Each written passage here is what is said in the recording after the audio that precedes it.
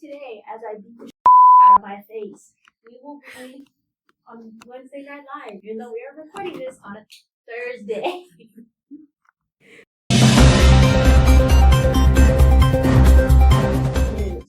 Hi, I'm Emma, and today we will be discussing your current economic news. I totally forgot my line.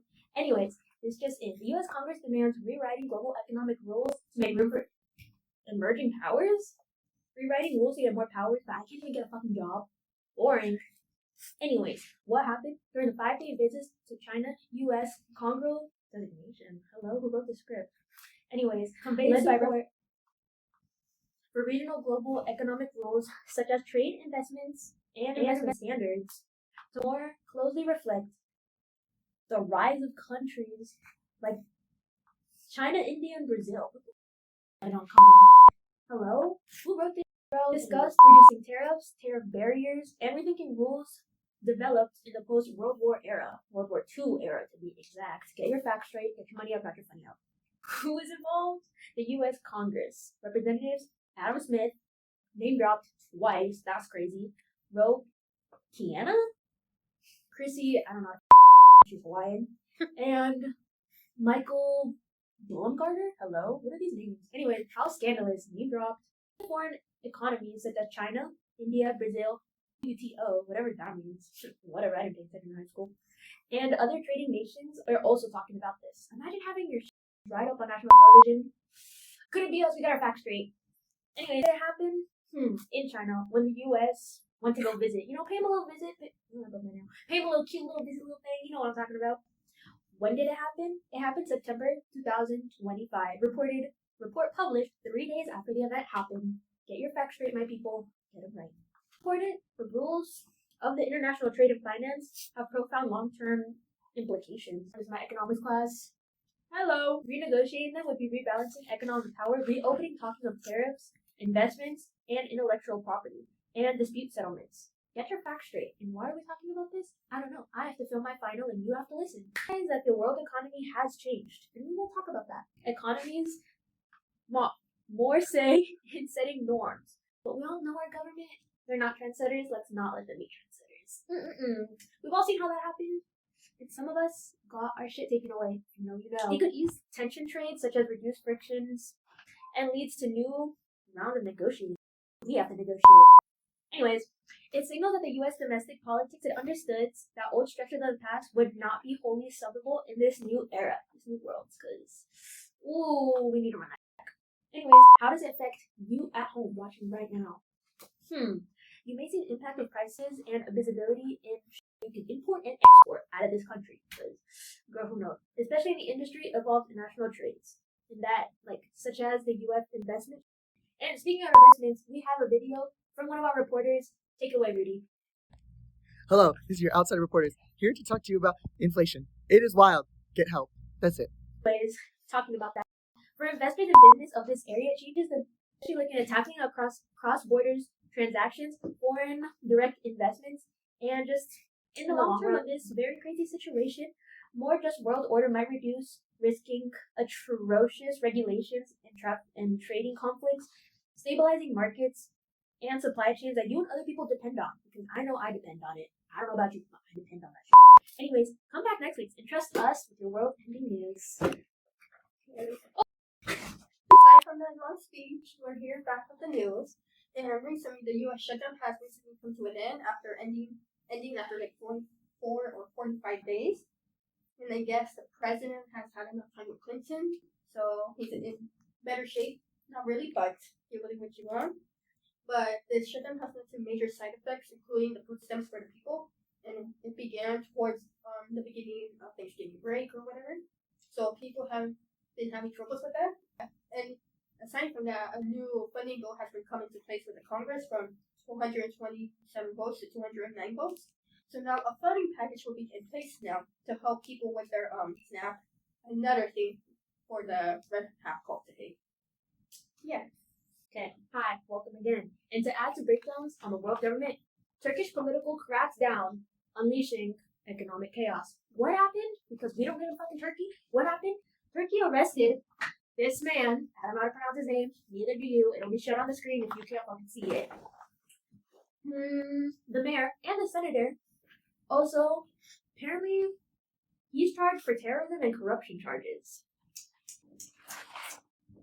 That arrest triggered a huge protest and unrest across Turkey, sending financial markets crashing, stock markets collapsing, and the currency plunging, just like my grades, and prompting the central bank to intervene heavily to prop on the IRA and calm markets.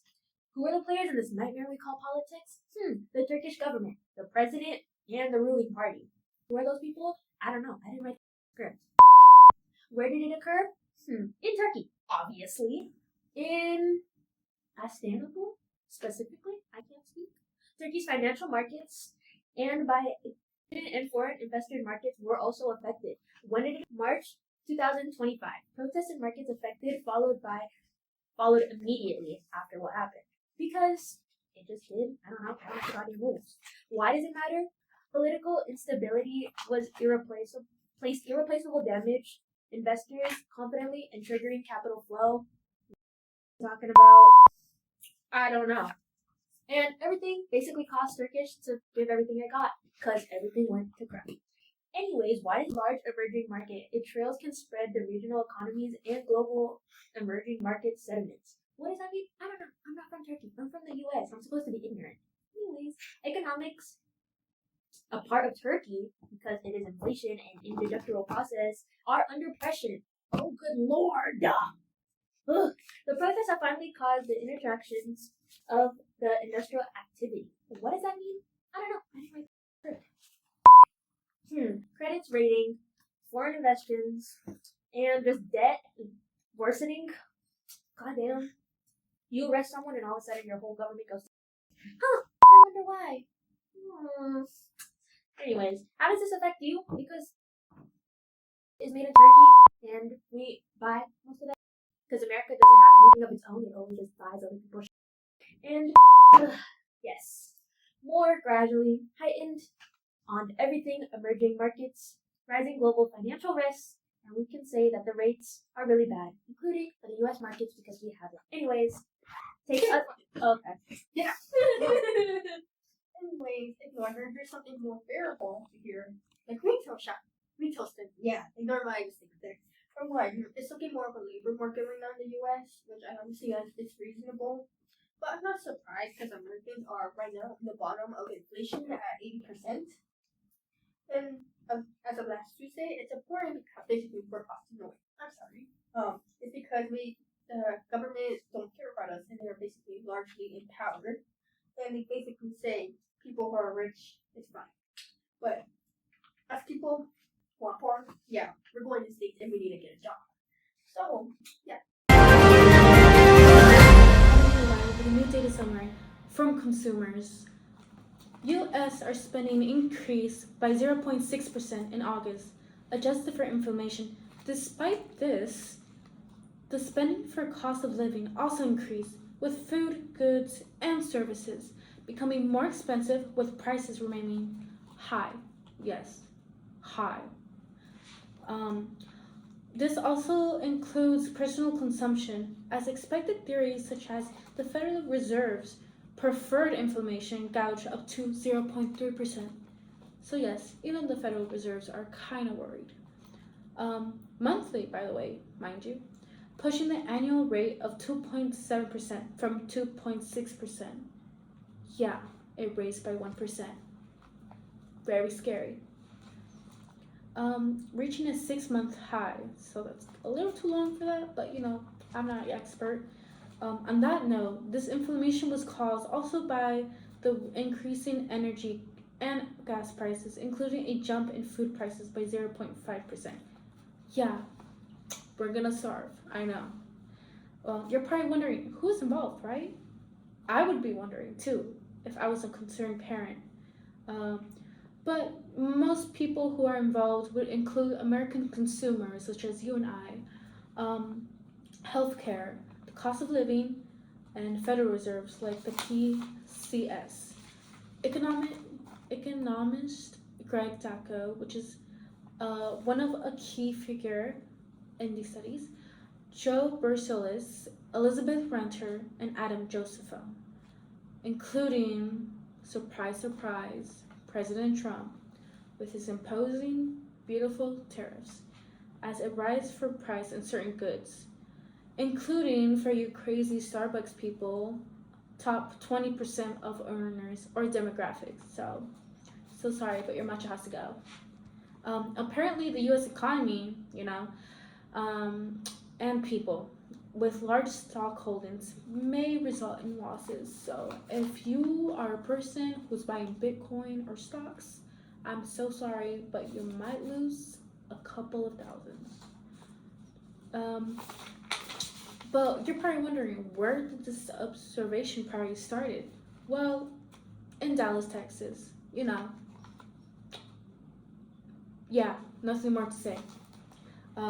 Where shoppers were observed at a Walmart looking at school supplies, including the Federal Reserves, as the inflation used by them. So even the people in charge of them are concerned, including the University of Michigan, who released a statement reflecting Americans feeling unease about the economic rise. So, yeah.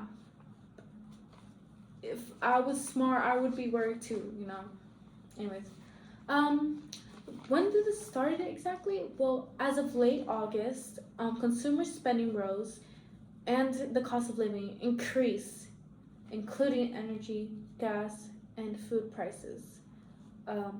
You're probably wondering, why is it important? Well, while consumers are spending is a key driver of the U.S. economy, it is also increasing due to persistent inflation, making essential items like groceries, furniture, auto services due to these imposing tariffs. So, yes, affecting especially households, especially those considered in the silent majority, whose income gain is not keeping pace with inflation. So, unfortunately, yes, some people will be affected.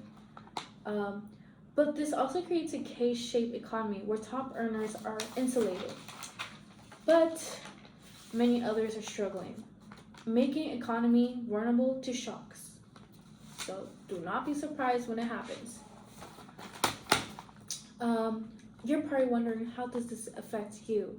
Well, my fellow American consumers, this impacts you because you're the one buying. As higher prices for everyday goods and services, including food, gas, furniture, and autos, increase more in bigger households, which creates a massive impact on families' budget and reduces savings to create fewer options to increase prices for items. So as of late, you should probably focus on how many mouths you're going to feed today. Yeah. This is Melanie Gutierrez with your breaking news out. Thank you for watching. And Mr. Ryan, if you see this, please don't fail us. We're dark. Oh, dead as fuck. Ow! Damn, I can't speak. Holy.